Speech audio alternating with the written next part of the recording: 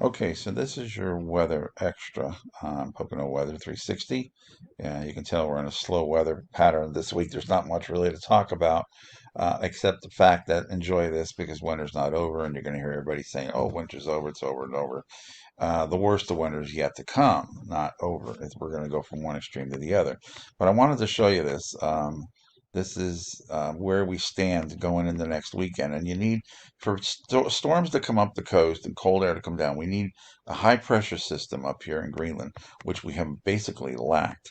But if we move this thing over the next few days through this, this is early Monday the 12th. You can see trying to get started up here. Um, it's trying to form, and it's going to form a block up here. And when a block is up here, that means low pressure systems can't get through. So what happens is they kind of end up lingering.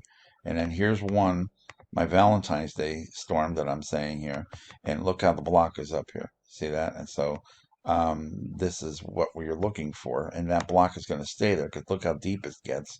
It just gets really big here, the high pressure system.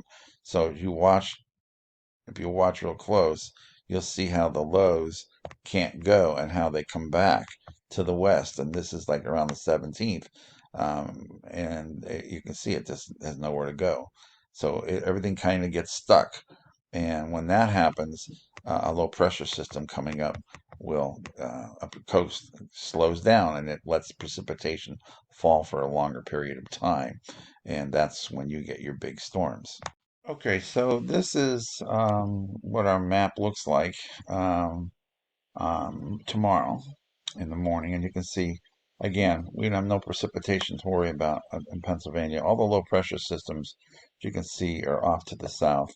As you can look down here, you can see they're down here, and there's nothing up here. This takes you through Wednesday.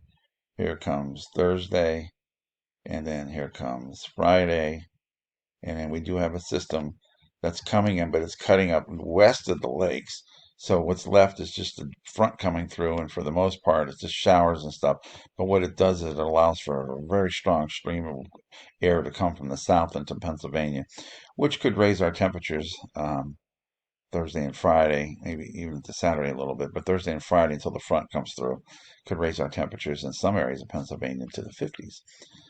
But you can see it clears out, and this is Saturday, showers to the north, and then we have some flurries. If you look real closer, you can see some flurries. Let's see if I can make this work. There, you got some flurries. That's Saturday. That's after your 50-degree temperatures. You got flurries, and then they kind of clear out, and then we head towards my magical time where I think something's going to happen. And then here is your low pressure system, very deep out here because cold air is rushing in behind it. Here's your high pressure system heading north. Here's your low pressure system here. Now the computers don't hook up and say that this phases with a storm off the coast as much as I think it will. But you can see there's snow and some heavier snow in southern Pennsylvania. This is on the 12th. And then you can see it kind of, this computer model shows it mixing on the 12th. And then back end snow was a low reforms off the coast, very deep, and then cold snow would come in behind it on the 13th as it moves north. Um, I don't agree with that wholeheartedly. I think that what happens is, as this storm comes up, it will reform off the coast. This one loses its oomph, and the storm on the coast bombs out. That would be the way I see it right now. And you can see there it's showing a strong low to the west, and then it's saying it waits till then to pop to the east coast. I think it pops to the east coast sooner. But I think what it does mean for Pennsylvania, I'm not going to get into how many inches yet, but it does lay the groundwork for what I would call a northeast snowstorm. But again, I'm really going out on the limb here because I'm not agreeing with the way models show. I'm going with my gut on this, that this is how it turns. And then as we get into um, the time period after this, all the way into the middle of March, we're going to be below normal and we're going to have multiple opportunities for snow. And I think most people will double whatever they've had on the ground by now.